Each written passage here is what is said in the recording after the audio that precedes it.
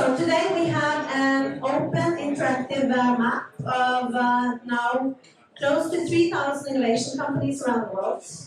And we have users of the platform in 128 countries.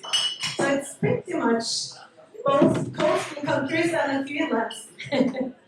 And what we wanted to nerd on and problem solve when I started Tool was two critical gaps that we see as very, very hindering for our current clean transition and shift.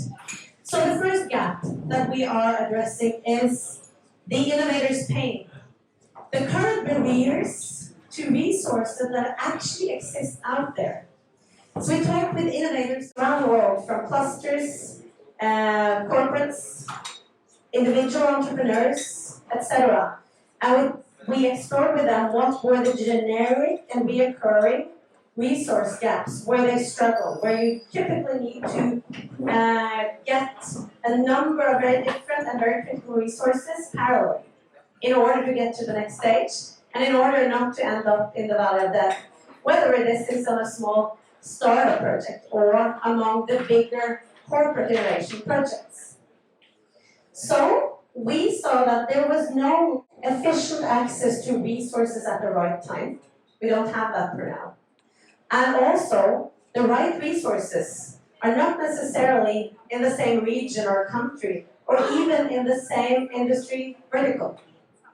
So we wanted to see what can we do, how can we shed light on opening up and enabling visibility and transparency to those resources. So that's what a number of you have already been involved in, us testing out with different global partners. The other part, gap number two, it's also a resource, it's just a different type of resource, and it's the humans. Because our industries, whether it's maritime, energy, other ocean industries, we are losing out the war on talents. And everybody who's worked in these sectors for some years knows that if we're going to make the best solutions for the world, we need people. And we need bright people, and we need enough people. And currently, we're losing out in our B2B industries because we're not visible enough. We're not sexy enough. We are not on the agenda for enough of the young people.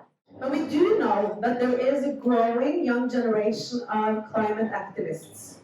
So we are in Tool, aside the other generic B2B resources, we're also on a mission to make sure that we can help our industry convert many, many more of the young climate activists into becoming slightly older business activists within ocean and energy industries.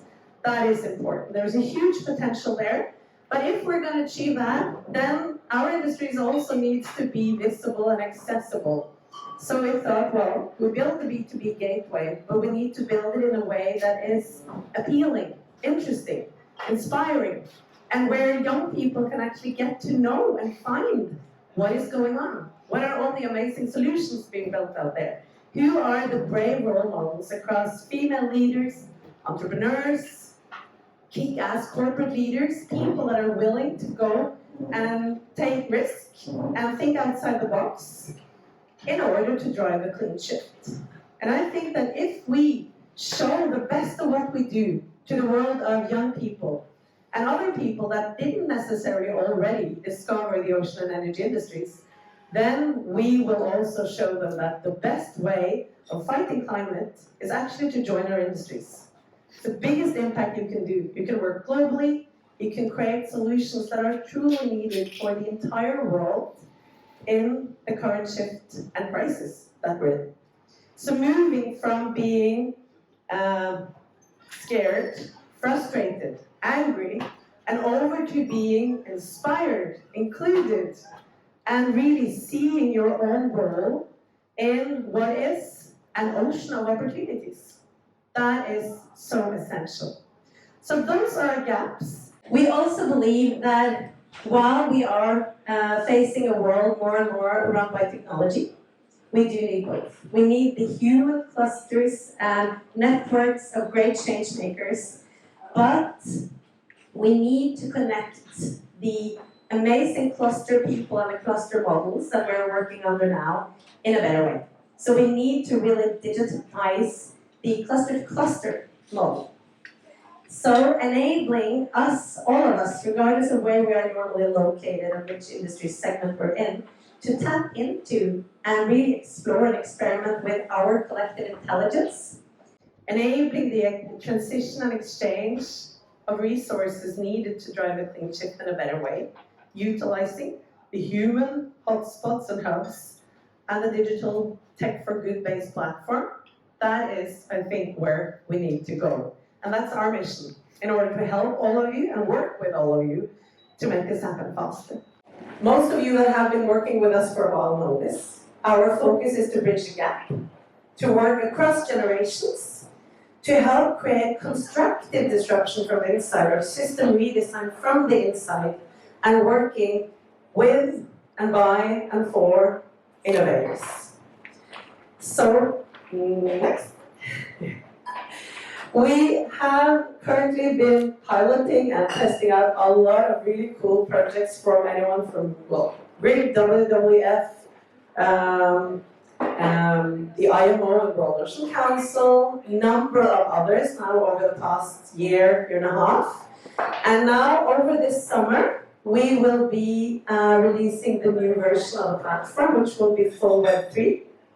I do think we are probably the first Web3 female-founded company in this sphere, so it's going to be fun. We want to show something else. And while we will come back with details about the launch after summer, we are really looking forward to be able to curate this resource exchange and the different insiders groups on the platform moving ahead. So, next. We, of course, represent the clusters. We are kind of the a good brain and system engine for cluster-to-cluster or hub-to-hub collaboration. We think that is an amazing and very fun role to take. And so I would just encourage everyone now to think of how you could use us optimally. And now you will hear from the innovators. So we have a mission where SDG 17 is our core focus. And we believe that individually we are one drop, together we are an ocean. And all of us working in maritime, we know how powerful the ocean is. So let's take that as a start. And now I'm really happy to introduce one of the two flagship innovators and projects, Danielle Southcott from Veer Group, the first of the innovators that is joining us today. So, if you will flip the screen. And thank you, Birgit, for having me up here. So my name is Danielle Southcott, and I am the founder of Veer. I am originally a tall ship sailor, as you can see. I've sailed on tall ships since I was 13 years old, and it is my passion in life. I'm also the founder of a company called Sail Cargo Incorporated, from which I have resigned, in which we are building the largest ship ever built in the history of Costa Rica. If you don't know Sail Cargo Inc., please follow it on YouTube or whichever social media, especially Instagram, because it is inspirational and you will be inspired every day. So that's Sail Cargo. But I actually found that what we were doing with Sail Cargo wasn't enough. So I tried to grow with that company a little bit more. And last year I negotiated the purchase and partial delivery of the vessel Vega from Sweden. Actually, I led the raise of around $6 million US for this company from over 300 private investors. We have not received a single dime from any venture capital so far. And why am I so obsessed with sailing cargo or clean shipping? It is, of course, because the shipping industry has a lot of room for improvement.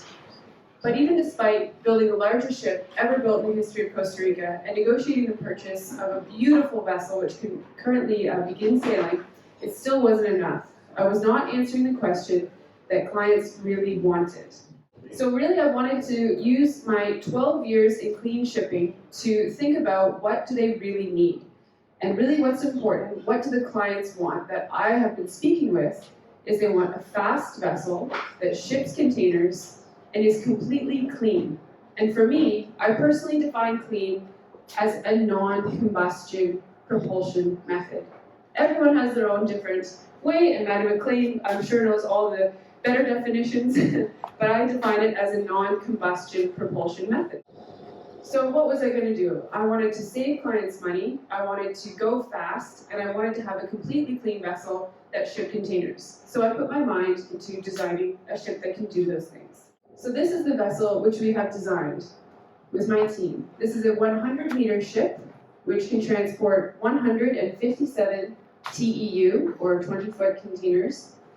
This uses green hydrogen, which is a color that I affix to that. It uses hydrogen fuel cells and sail. This is using existing technology combined in an innovative manner.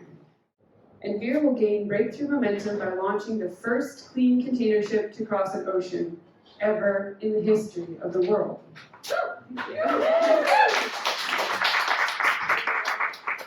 We are beginning to receive market validation, including from Lush, and you can see there's a statement of support here, which we circulate on our social media and website. Also from Ocean Bottle. And as well, we have, big thanks to Bjørn for this, a couple of letters of intent already signed from 2 Norwegian companies, Gen 2 Energy, and as well the Ferry Ocean Distillery. Outside of that, we also have a number of conversations with several different potential cargo providers who could each individually fill the entire ship. So we have a lot of interest from the market. The regulatory framework is very supportive of clean shipping. The IMO, the UN, and many other regulatory bodies are increasingly becoming more strict, which is great for us because we are very much exceeding all of these more increasingly strict regulations. I'm going to skip this slide because it's a little bit small right now, but this is a comparison to competitors because that's what most venture capitalist people really want us to do, is to compare ourselves to the others who are trying to do the same thing. But essentially, I'm very confident with what we've produced, and if you want to talk to me about competitor details, we can do that. But just in short, there are no direct competitors. We are the only company in the world who will be launching a clean container ship across an ocean anytime in the near future. We have, through my previous company, and this, so I'll describe this as my work, been across the media in like 15 or 16 different languages and more countries than that. We've been the largest story in the BBC, we've had the New Yorker magazine. I was just rolling around with the journalist from the New Yorker magazine. She came to visit me in my home for 2 days. So we have no shortage of media coverage, and it is only gaining with Veer all the time. And just a simple logistical question, where can our ships go? Really anywhere that doesn't have a bridge because of the masts. But short of that, we can go anywhere in the world. So this is an ocean-going vessel designed for speed and is capable of shipping worldwide. Our range is effectively global, except for the bridges. But as well, if we had to only drive, so if there was no wind anywhere in the whole ocean, which is what a lot of people ask me, what if there's no wind ever anywhere? We can still drive 1,200 nautical miles only using hydrogen fuel cells. Again, this is a little bit small, but our timeline is that we have begin work with this in May 2021 and have raised around $2 million now from angel investors only. And as of July, which is just around the corner, we will be submitting our tender package to shipyards. So in about 5 weeks, we'll be submitting our bid package to shipyards and getting quotes back from them, which means that our design is done, our technical specifications are done, we have received approval in principle from the American Bureau of Shipping for the entire ship design. In addition to that, each of our components also have a complete classification approval. So we are very confident that when we go to shipyards, we'll have some very exciting news back from them. In fact, the shipyards are literally chasing me down at the D&D party, asking when they'll get the bid packages. So the shipyards are also very excited to be aligned with the Green Project. So we are here to request funding. Veer needs funding. We need investors to help fund this. So I hope I said that clearly enough. We have raised around $750,000 cash this year, and we have a few more investments coming in. In addition to that, I'm looking for $1.65 million, yes, it's kind of specific, $1.7 million, to get through to the beginning of the build of the project. We break that down into project funding, which is like the brand. So Veer is a brand, it's not just one ship, and that's what we're looking for money for. Separately, we'll be doing construction finance. If you have details of what we're spending the $750,000 on, please ask me. And that's it. And I would just like to repeat that we should all try to be brave, and that Veer is looking for funding, and we will be the first clean container ship to cross an ocean. And this is a brand with a much larger vision, not just one ship. Thank you for your time.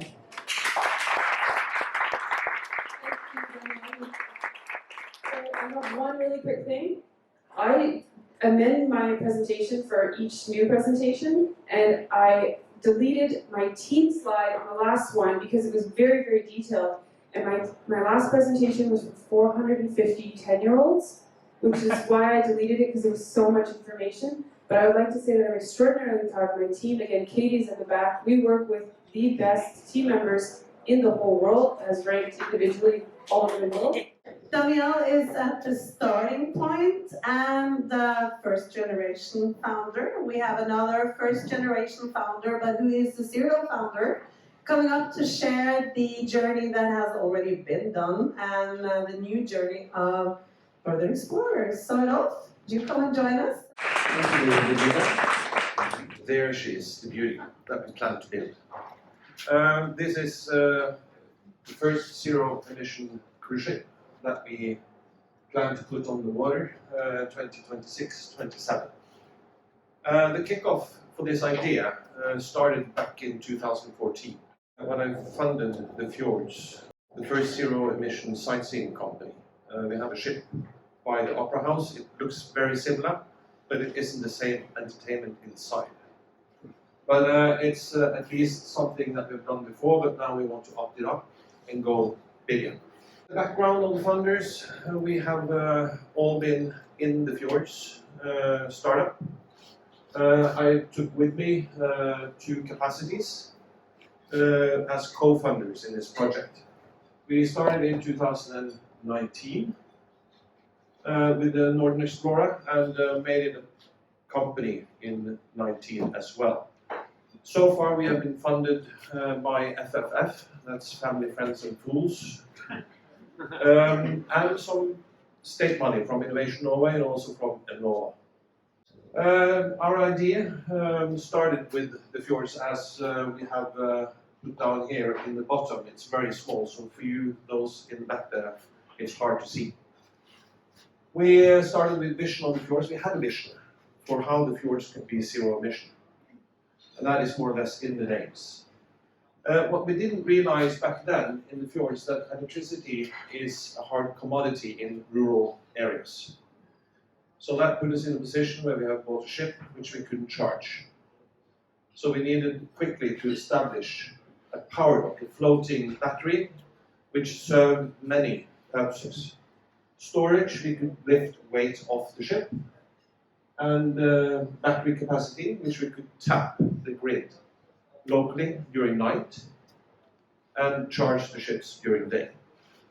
Also, it presented for us a valuable infrastructure when it comes to offloading and loading guests. What is the cruise industry? We have a vision to contribute even more to local areas we're visiting. It's very funny when you look at the statistics, for instance, in Geiranger, a small, local, very popular cruise port. The population drops while the visitors is increasing. Why? Local jobs is disappearing. So what we are doing with the cruise concept in Northern Explorer is that we want to have the local communities more involved in the business model. We actually want to have some of the services that you normally find on board on the big ships here, done shoreside. We have spent a good time in how we can involve the local communities more.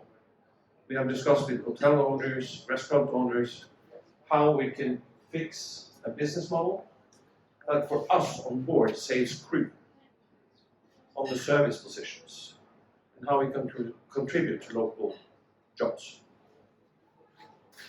The industry challenge is basically that the cruise industry is not needed. It's an unnecessary part of the shipping industry. We're not freighting goods.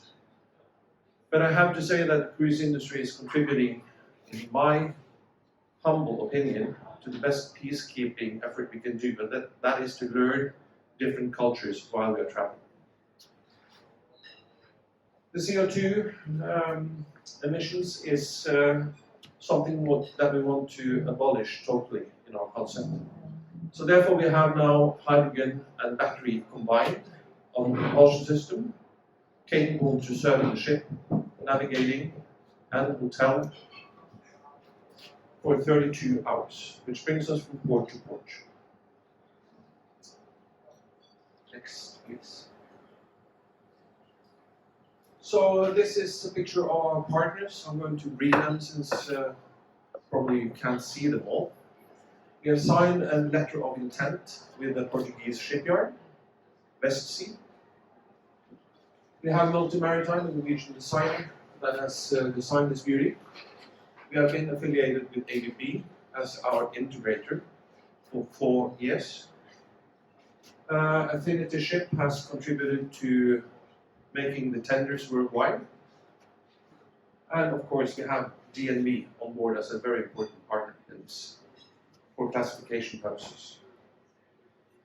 We have also, in order to see the whole hydrogen value chain operating, confirmed or signed an MOU with Norwegian Hydrogen, Hion and Hexagon Brewers, and Maritime to make sure that we have the whole value chain from production to bunkering, storing hydrogen on board of the vessel. So that MOU was signed this spring. Yeah, the ships are going to be 140 meters of length, carrying 250 passengers. It's going to be luxury and short cruising. We foresee, as the system is now, with the 1 megawatt fuel cell and a 40 megawatt battery package on board. That will change as the technology is moving. So what is the market in the cruise industry? It's, you see the dropping graph there, that's the small virus that hit us badly. As the only industry that had to close down was the cruise industry. But if you look how the financial crisis and the oil prices hit us in 2008 and 2016, it didn't really impact the cruise industry. It's one of the most resilient industries out there in the maritime sector. So also the predictions that we have and the forecast that we have seen is that we will be entering a market on a still growing numbers of cruisers. Our hope is that more of the conscientious travelers is going to choose a less polluting, less intrusive cruise experience in the future. And this product here is also scalable to the entire world. We choose to start in Norway due to the infrastructure that is already here. And I've left out all the pricing here and all the numbers, basically because we have been out in the market when the biggest steel work in Europe was bombed. That didn't really give the right price to the project. We see that that has dropped, but what we can tell is that the return on the investment is 21%. So anyone that wants to discuss with us future and get more insight into the project, we are welcoming them.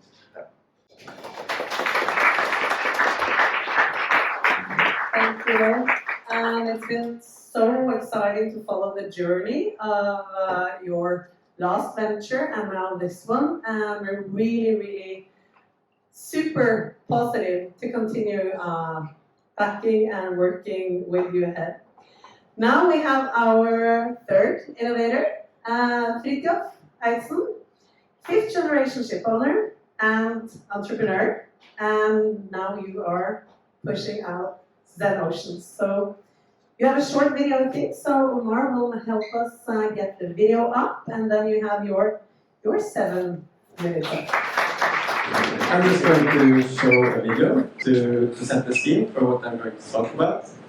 The video is without sound, so I go for the awkward silence. And we'll see how it goes, okay?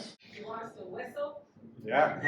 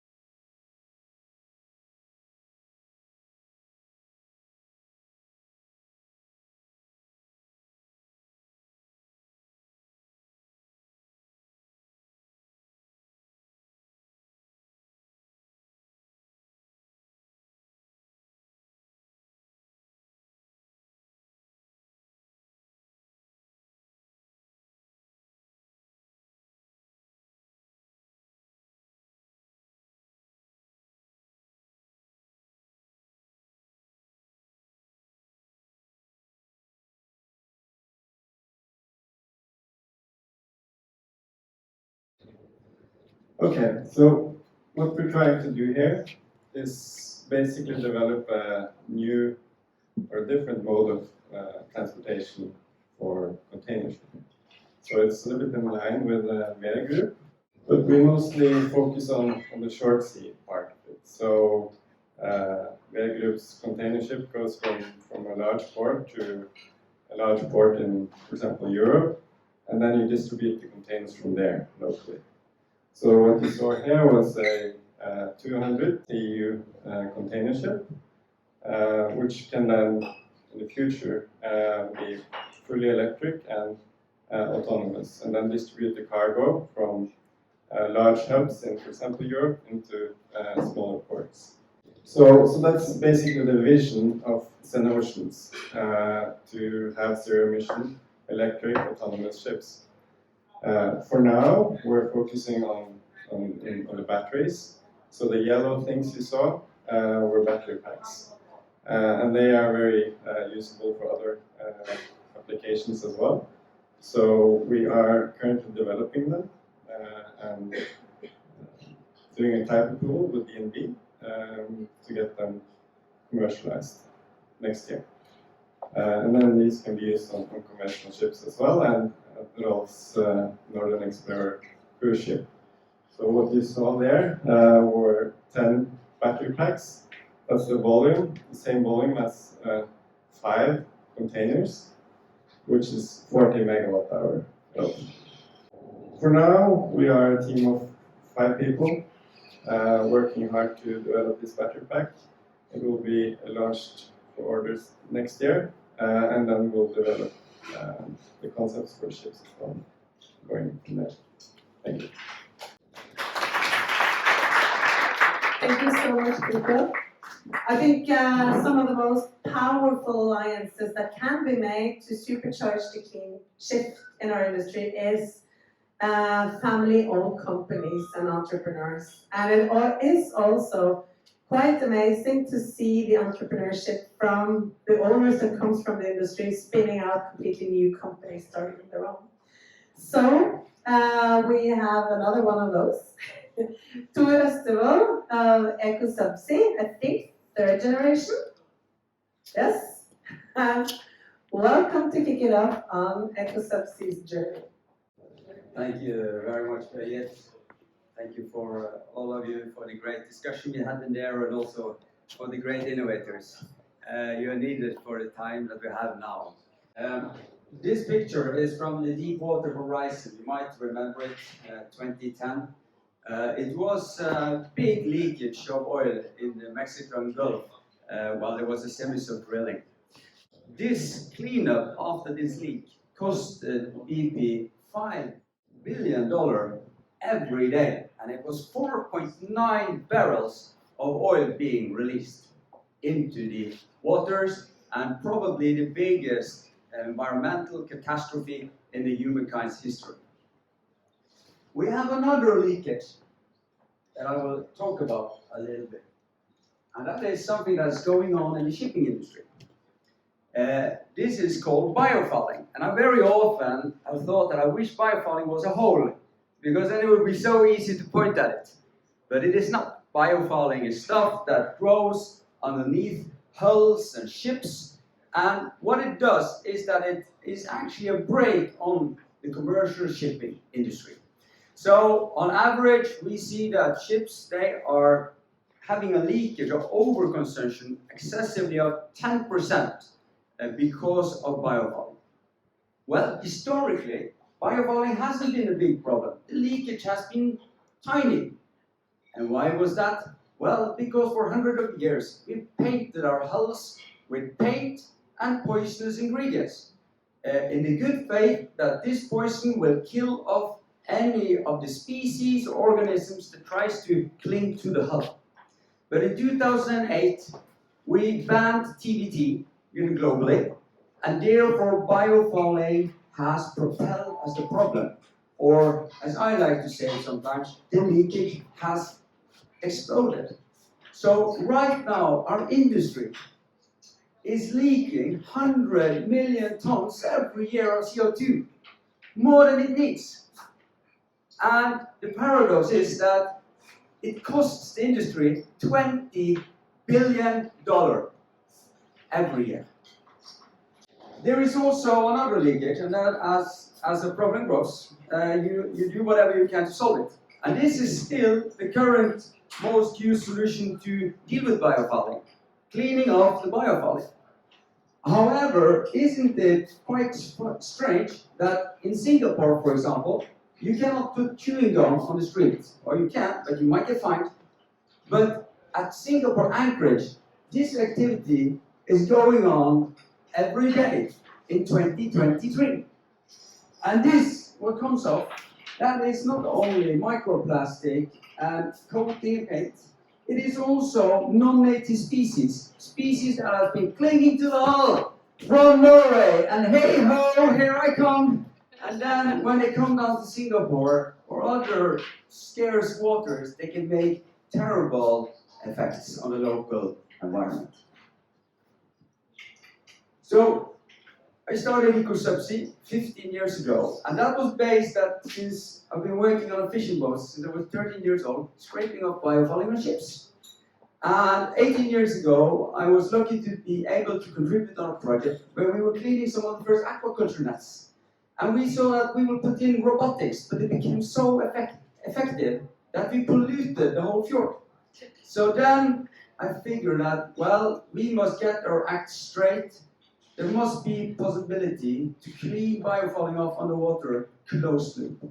So we built two big vacuum cleaners. They're 2 meters tall and 3 meters long. And when a ship comes to the port, we lower the robot into the water, goes back and forth, all the biofouling, and it filtrates the water. So we take out these grass and particles, and we use this in biogas production with our collaboration partner. So it actually makes green electricity to the houses around the port. So then the port water gets cleaner, the ships saves 10% fuel, CO2, and stop transporting hitchhiking species, and we are using the end product to do something good. So we have customers, typically is the one ship you saw there, the Queen Mary 2, and commercial vessels, but we are also serving navies, for example, for US Navy, Ministry of Defense, and here on the Charlie Gulf for the French Navy. But normally we do stuff, or we work on surfaces like this. So this is grass and slime, and it's called proactive cleaning. But there is another challenge, and that's what you see to the right. And I mentioned about the clinging organisms, right? So they are sitting or hitchhiking with normal ships like this. But this is another game. So you can imagine if Birgit was traveling here from beautiful Oslo to Halifax in Canada, and she had a banana in her rucksack. What would happen? Well, she would be stopped immediately because of the biorisk of this banana multiplying in Canada, right? Well, we have recently got some new clients, and that's quite big hulls. And that's another challenge than the 50 to 2,500 kilos that we normally take off a normal ship. And here is one instance that I'll just touch upon. This is a rig that was in Norway on the west coast, and then it was going to go for a travel for 3 weeks, and it was going to do operation also on scarce water out of Newfoundland. And it's going to stay there for 6 months to operate. We took off 78,500 kilos. And luckily this rig owner saw that he had a responsibility to stop anything from hitchhiking over ocean. But currently there are hundreds of these assets floating around. And sometimes they are called something so nice as actually floating windmills. And it is a problem that we carefully regulate on top of the surface with bananas, but not so well under the surface. So here you see what we found. So this is crabs of 8 centimeters, sea stars of 30 centimeters, and kelp of more than 2 meters long. And if this hadn't been taken off, that would definitely go over to Newfoundland. And I don't know how invasive bananas are, but I have a small theory that a full Norwegian fauna sitting for 6 months underneath a drilling rig can have quite a challenging and invasive problem on the Canadian scarce coastal line. Right now, we have a big leak. It's 20 billion every year. Doesn't make sense. It is leaching 100 million tons of CO2 every year. And we have solutions for it. But the solutions are currently local. And for ECOsubsea, we are just in Northern Europe. But we are planning now to change the world, ship by ship. Our first target is to contribute to save 10 million tons of CO2 every year by building 6 more stations so we can serve the wider shipping community. We are raising $30 million right now. 5 or 10 in equity was the idea. Now we have a lead investor taking 10, but we are actually expanding the round to 50. So if you're interested in this, please let me know, and you can join the team on changing the world ship by ship. Thank you very much. Thank you, Tor. And for those, I think many of you know Tor already, but way back when I first created the Young Entrepreneur Award for North Shipping, Tor was the first winner. So, long time ago. We had a French female shipping startup that was supposed to join us here today, Sophie Gavagnon from Polar Sea on Arctic Expedition Cruises. Unfortunately for us, but very fortunate for her, she landed a very important meeting with one of the world's biggest shipping companies, so she's not here. But luckily, we have the access and a network to a world of clean shipping innovators. So yesterday, I asked Anton Vankuli from Zulu if he wanted to do a short intro on their work, and here he is. So welcome on the stage, Anton.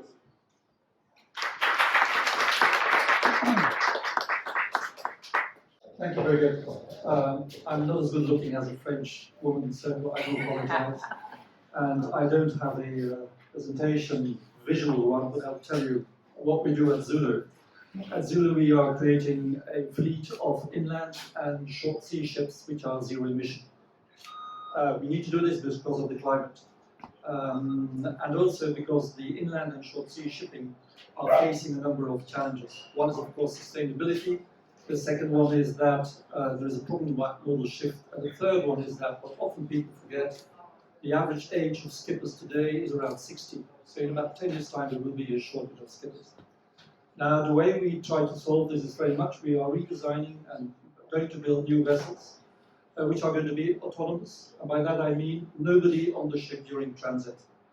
As soon as you have one person on a transit, you need a head or a loop for the people who don't know what a head is, which is a very costly affair. It always breaks down. So you get rid of all the hospitality, you get rid of all the solars, and then you create an economic margin that allows you to pay for the more expensive non-fossil fuel propulsion systems.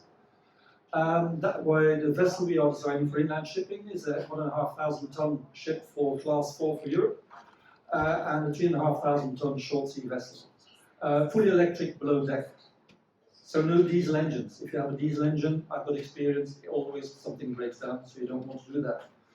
It's fully electric below the waterline, below deck, and the energy that's put on the vessel is going to be in 20-foot containers. The batteries are going to be very, very interesting, and I like to see the battery developments you're doing. We are now expecting at least 2 megawatts for each battery pack of 20 foot, which means that a 750 kilowatt hour vessel will operate quite easily up to 3 hours on one battery pack. So crossing the channel from Belgium to the United Kingdom is going to be totally feasible. We're talking 2025, not talking about 26 and later like that. And on inland shipping, we're talking end of 24 to do so. Now, it's not only just the ships that are important. The new design of the ships, energy efficient ships. It's fully electric, as I said. The modular power packs, which are batteries or, if need be, hydrogen for longer distances, are switchable. So when the vessel comes into port, we take out the battery packs and we switch them. That means the battery packs have a double use. They can also be used for grid stabilization in the ports where they are being stored. So you get a double income model for the battery pack owners, which means that we pay less for our energy on the ships. And also, I'm a very big fan of Veer. We're going to use on the seagoing vessel wings. But don't forget, we don't have any crew on the vessel. I've sailed on tall ships. I know what it is to go up aloft. You don't want these things. So they have to be simple and automatic. And that's what we're going to do. As I said, where are we standing now? We've got a proven principle from Lloyd's for the vessel, for the systems. We are negotiating with the shipyards. We have clients that have signed time charter agreements. And so we normally should be operational by inland waterways 24, short sea sometime in 25. Now, why do Belgians do this? Because we are extremely lucky. Autonomous sailing is allowed in Belgian waters. There has been a royal decree which has allowed autonomous sailing in all Belgian territorial waters. And on inland waters, the regulations are going to be changed so that by the end of 24, commercial, autonomous, i.e. no crew on board ships will be allowed to operate. That gives us a great advantage. We are also discussing with the MCA in the UK to be able to cross the channel. And I'm very proud to say that they've used the Belgian flag state as our intermediary with them. But we see this bilateral agreement which should allow us to start up operations in 25 and gradually go to full autonomous sailing. Now, there will be AI on board and the AI will grow itself. That will take time. So we think that in a matter of 12 to 24 months after starting, we should be really able to be fully without crew on this. So it's very simple. Now, how big is the market? In Europe, there are 20,000 inland ships operating. 60–70% of those ships are on average more than 50 years old. The idea is that the stage 2 diesel is sustainable, so forget about it. If you want to move steel coils for somebody like Tata Steel or for ArcelorMittal to make steel with hydrogen at zero emission, they won't move those coils with a stage 2 diesel, so forget about it. And secondly, we see that some of the other clients that are coming in, although they want to pay a bit more, we still need to be very competitive related to fossil fuel ships. So that's where we stand. Oh yes, by the short sea vessels as well, 10,000 vessels, half of them are more than 50 years old. So there is a real need today. It's actually a historic moment. It's a window of opportunity to get rid of all the old ships, create and build new ships, which is going to make an incredible, I think, economic leverage for the European economy. There you are. Thank you. Thank you so much. So then we have 2 cargo owners with us. We have Norwegian Public Road Authorities and Heidelberg Materials now. So I would like to get both of you up to get some reflections and experiences, because you have come in from the other side of the market that I have placed a bet on many years ago, the cargo owners coming in when shipping don't do enough fast enough. So I think it would be good to get you up, Bjørn, and together with Lars Erik, and then we'll hear a little bit about why you started doing this and how it's gone so far.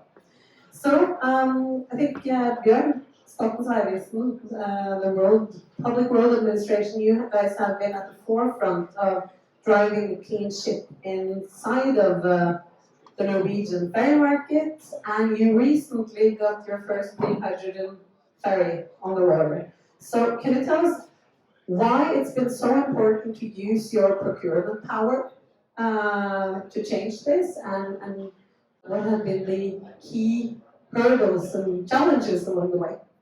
I'll start with a little story. A few years ago, I sat in a conference just like this, and on stage was the major state procurer, and he proclaimed that as of now, only zero emissions vessels will be procured by the biggest state procurer. And as I sat there, I was not at that time on the procurement side, I was on the ferry industry side. I was CEO of a mid-sized ferry and fast ferry employer. We had about 80 vessels, ferries and fast ferries, all digital driven. One of those, or a few of those, were fairly new, and we were very proud of what we had accomplished with them. We had installed the latest Rolls-Royce technology, the biggest designers, and reduced fuel consumptions by 10-15%. And now there was a guy up there and said our new technology was actually obsolete as of now. So my first impression was, of course, going straight into the defense mode, trying to challenge that particular statement, maintaining that this is too much, too heavy, we need more time. But the state was very clear. This will not pass. We will do this. And bit by bit, what seeped into, not only to me, but also to the Rolls-Royce or the engine providers, to the gear suppliers, to the whole chain of supply, is that if I'm going to be a part of the future of Norwegian ferry industry, I actually need to change. I need to do something in addition to what I'm doing now. So even though we continued with the diesel ferries for quite a long time, we started the transition into something else, and not only we, the whole supply chain started to change. But not only us, we did manage to get partnerships. The Norwegian authority installed a green shipping program, which was essential, really, because we could meet. I met with Lars Erik on Heidelberg in that particular shipping program, and we discussed what are the obstacles, what are the main issues to be resolved. And by sharing that type of information between each other, we needed to compete when necessary, but we needed to work together when we had the opportunity. And I think that was essential. So why am I really telling this story about my experience on this? And that is, as of now, I'm part of the major state procurer. I have tried to learn from this. What can we do to close the gap? And the three main issues here. The one thing is that we need, as a procurer, to stay focused on the long-term goal. We need to close this gap, and it will not pass. If you are going to be a part of this industry, you will need to conform to new regulations and be competitive on a different type of technology. Also, we need to incorporate the general message into our procurements on two sides. Firstly, we need to stimulate for innovations. We need to give more benefits, more competitiveness to those who actually are in front. And at the same time, we need to get the low deck up. We need to raise the standards on how to get entrance fee to be on the startup line of the procurement in the first place.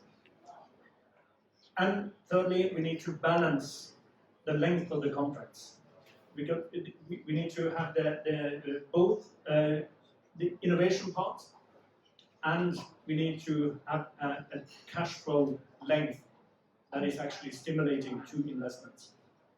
So what we have seen is that the lowest part is 8 years, the highest part is 15.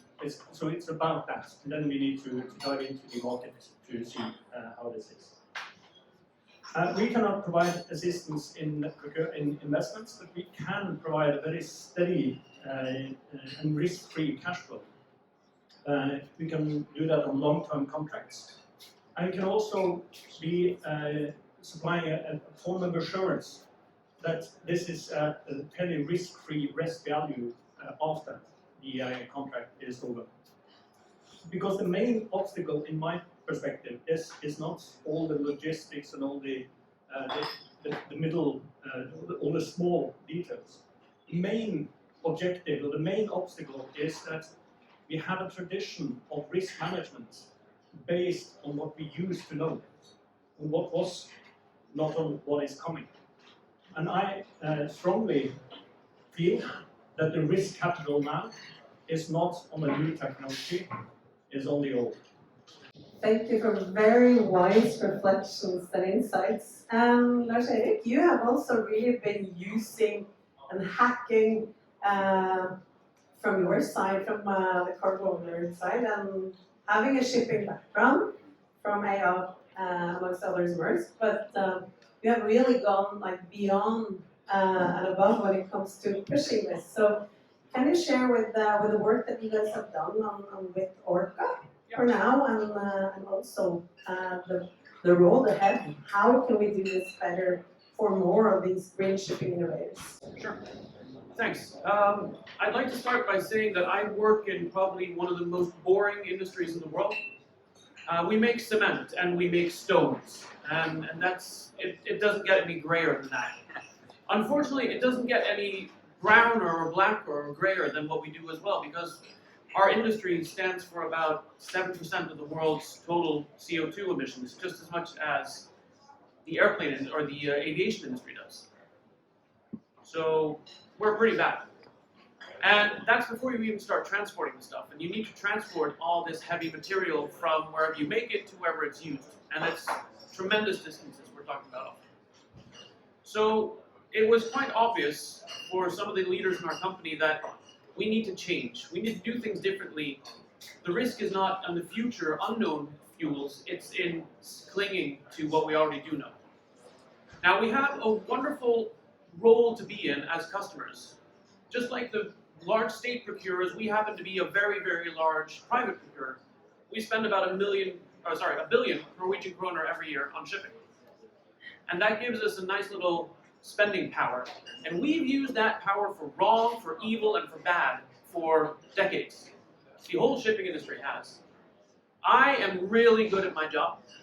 And my job for so many years has been at driving down the rates. It's been squeezing the ship owners.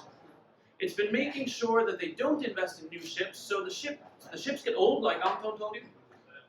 They can't attract new people, so the sailors get old as well, and all of a sudden, what do you know? You're left without a ship. And we see that happening, and we really, really feared for that to happen, because if that happens, our company is dead. So we need to turn the ship around. No pun actually intended. And what we decided to do was we decided to go out and ask the shipping community out there, together with a green shipper, what can you actually do? Can you build a zero-emission ship? And like Bjørn said, if you do so, we can be long-term. We can give you a 15-year time charter contract. And we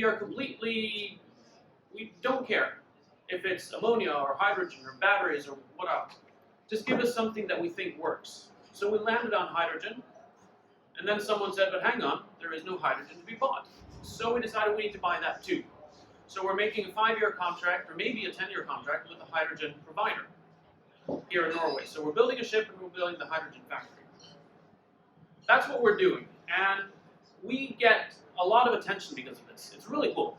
You should check out the ship. It's called the Orca. That's WITF. So with Orca, never against Orca, always with the Orcas. And because of the attention, I get asked, what can other cargo owners do? And there are not many cargo owners here today, I know that. But there are a lot of investors here today. And you investors are investing in something that someone will sell, right? We're the ones they're selling it to. So we're kind of the other end of the circle. And the circle keeps going around and around.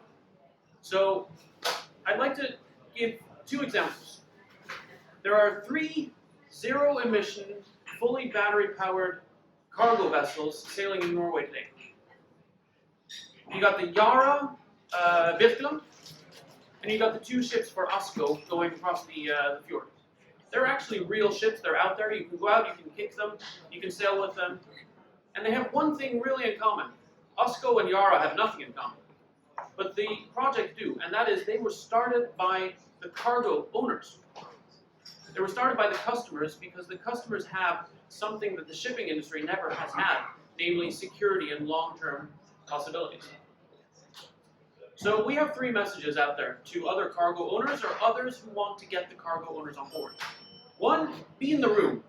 We have to be invited. We have to be at these kind of events. We have to be at the Green Shipping Program. We specifically have to be at all the parties and barbecues. That's very important.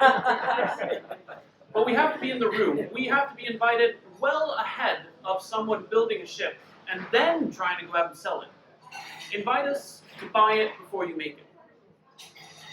We have to be clear. We have to be long-term.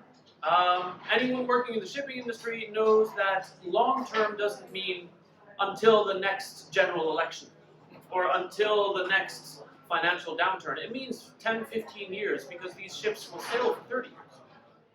And we can be long-term. We have to be clear, we have to set our clear goals, and we have to hold the shipping industry to those goals. And finally, we have to be brave.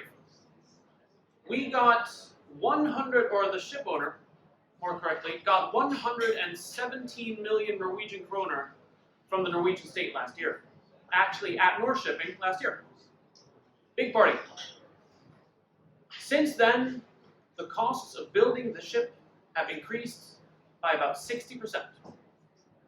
Because we're a Norwegian company building probably into the Eurozone, because steel prices have gone up, because. But we're long-term. We're talking about 15-year, we're talking about the future of shipping, we're talking about the rest of the world. So for us, we have to be brave, maybe calm down a little bit and wait and see what happens, but not lose sight of the fact that we did decide to do this, and we're going to keep doing it. Right now, I'm happy to say, all the technology is out there. It's only a matter of money. Right now, it's only a matter of money, and this shipping industry is really good at fixing money problems. So the final thing that we do is that we keep working, and we keep our focus on the goal, and we keep making sure that the shipping industry knows there is a need and a requirement out there, and we do really want to do this. Thank you. Thank you so much, Michael. So, when I started to, almost 4 years ago, it was very clear to me that for us to succeed in connecting resources and the resource need, then we would have to have all of these stakeholders around the same table. So bringing in, already from the establishment of the advisory board, both individual innovators, the shipping companies, the financial experts, and cargo owners. So I have discussed quite a bit with you, Lars Erik, over these past years, and especially the last one, how we can also bring more of the cargo owners on board, and I'm really looking forward to do that in parallel with getting the really good long-term and value-driven CDCs and family offices and the good long-term industry competent people around these projects. But I do think that in general they say that it takes a village to raise a child. I would say that it takes a village also to raise the future of the clean shipping. So I will conclude today with this part of the program. We'll have a two-hour just mingling and a break, and a few of us will be shot out with a human catapult at 5 o'clock next to Lingli. Then we will be back here at 7 p.m. to launch a couple of initiatives. We will hear presentation from World Economic Forum on their ocean initiatives, and including the Ocean 100 dialogues, which is for the big global corporates, and then about the 1,000 ocean startups and Uplink Ocean. We will hear from Sushil Tyagi and a member of the team of Deloitte about our new launch of the dual-use Ocean Tech Innovation Challenge that will land back here in Oslo in 2025 on a Northern American European focus. And we will also hear from our friends in Seattle and the Washington Maritime Blue about the new accelerator and initiative to get into the US market. So that's at 7. Maddie, will you come and talk about the pathway to zero and the work towards top? Thank you very much, Bjørn. It's amazing to be back again this year, and I am really honoured to be speaking to such a group of sharp-minded, forward-moving innovators, both in technology and finance and policy as well. I want to start by saying I've just come from, I had the honour to be asked to speak to the ongoing committee on ocean health and the law of the sea this week in New York. Just to say that the focus of this was, I was invited out there to speak about new technologies, absolute zero emission technologies, and their impact on ocean health. This will be delivered to the General Assembly as is done in committees. But I just want to say that as during the committee meeting, the delegate from Canada announced us on Tuesday morning that Ottawa is on fire. Wildfires, unprecedented wildfires. It's very early in the season. He said if you woke up and saw smoke in New York this morning, that's where it's from. Later Tuesday evening, I took off out of Newark Airport. Couldn't take off because of the smoke. We were an hour delayed, and Danielle has just said to me now, she's shared with us that Nova Scotia is on fire. Ladies and gentlemen, we've been talking about we're going to hit climate catastrophe. It's here, it's now, it's not coming. We are in it. We are in a crisis. Man the lifeboats? No, we're shipping. It's our job to build the lifeboats, to build true and absolute zero emission lifeboats that will save the people and the species of this planet. That was unintended. I mean, I had to say that. I had to say that before I start. What I'm here to speak to you about, first of all, I am the founder and Secretary General of the Zero Emission Ship Technology Association. We are an international trade association. We represent OEMs, technology providers, projects, and vessels that are absolute zero emissions. How do we define?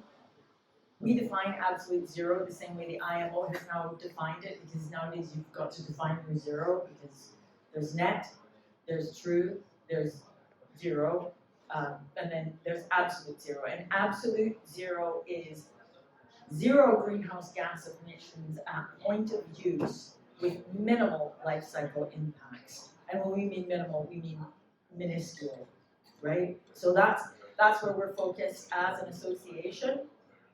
please come and see me about membership if you fit in that category. We represent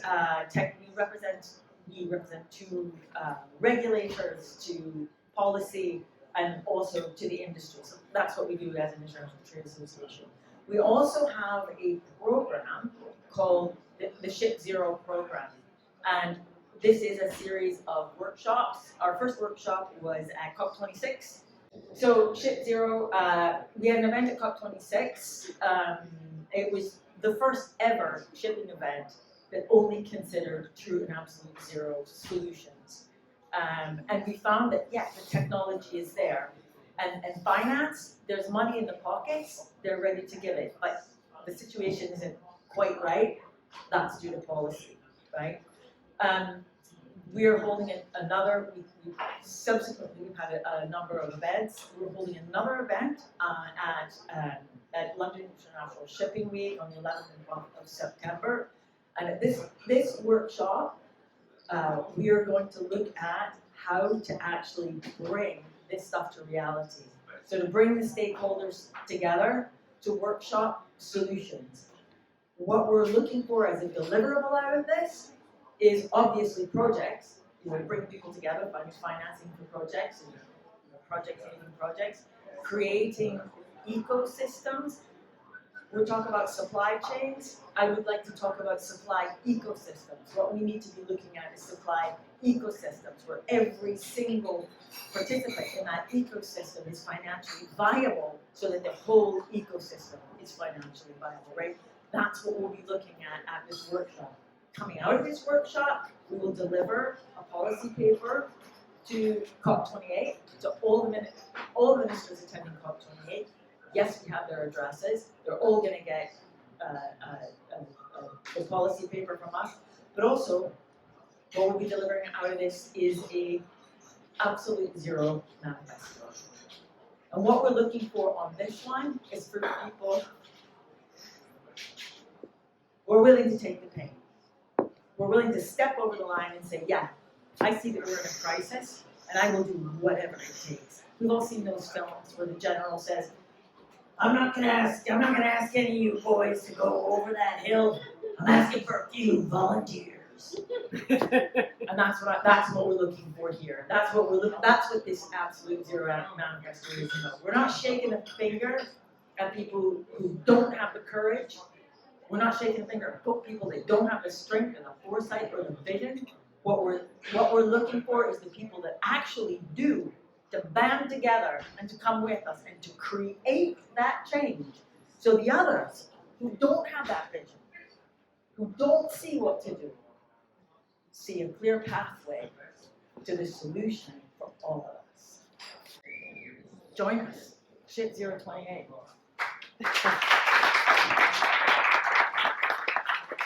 And thank you, Maddie. Too, we are super happy, proud partners of ZESTAs. And I think we complement each other, just as most of the people are here today have been doing in various ways. So now I think it's just time to celebrate the green shipping innovators and to just extend the challenge that we gave the investors earlier today. When we are back at No Shipping Week for 2025, I want to see the funding and the projects in place. So that goes to everyone. Have a great week ahead and enjoy.